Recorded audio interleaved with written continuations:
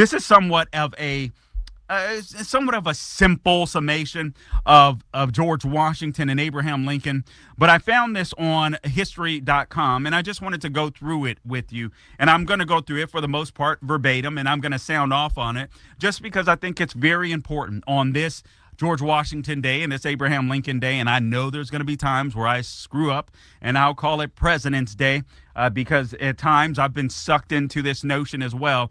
But I want you to understand that there were only the two greatest presidents ever to serve, and the two greatest presidents that ever will serve as United States president are George Washington and Abraham Lincoln. There will never be another two that will ever be close. It's impossible. All right, so let's go through it. This is the case for George Washington. This was written by a gentleman, actually two historians. Christopher Klein touched on this, but a gentleman by the name of Joseph Ellis makes the case for George Washington as the greatest president ever. You have historian Harold Holzer.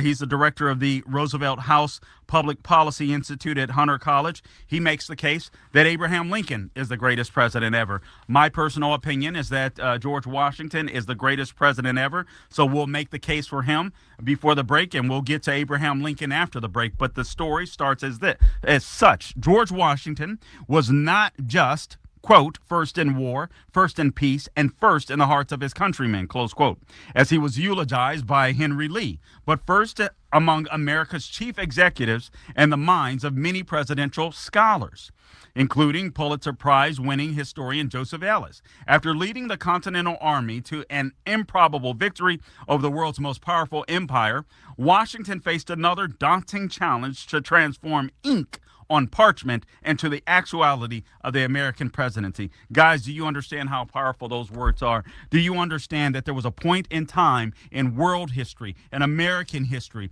where there was a 5,000-year leap? For those of you that have read that book, there was a 5,000-year leap where man, woman, and child had to labor like slaves. I don't care what ethnicity you were. There was a caste system. There was racism. There was slavery everywhere. And then there came a point in time in world history where men stood up, real men stood up and said, no more. We are going to be we are going to control our own destiny. We're going to do it by using biblical principles. We're going to develop this Judeo-Christian value system. We're not men that are perfect, but we're men that love God. We're men that fear God. We're men that realize our own infirmities. We're men that realize the world is a sinful place, and we're men that realize that we ourselves are sinful, yet we believe in an awesome God. Now, I understand not every founder was a believer, but every founder believed in a higher power. And this is so important. This is the first time in world history where men said, you know what? We're going to bow down to the people. That's never happened in world history since. America is the greatest country that God has ever given man. Don't ever think otherwise. Don't listen to these lying commies in the Democrat Party. America is the greatest country that God has ever given man. The article goes on, and I quote, "The power of the modern presidency is not defined by the Constitution. It's defined by the Washington presidency." Man, that's so good. Ellis said this. He is the author of His Excellency George Washington. He goes on to say, if you read the Constitution of the United States on the executive branch and the power of the presidency, it's extremely vague. And the ghost hovering over the entire Constitutional Convention is fear of monarchy. Washington makes real and palpable what is vague in the Constitution. He makes the office of president both prime minister and king. He gives it its executive power. He creates the idea of a cabinet, which didn't exist in the Constitution. Isn't that something?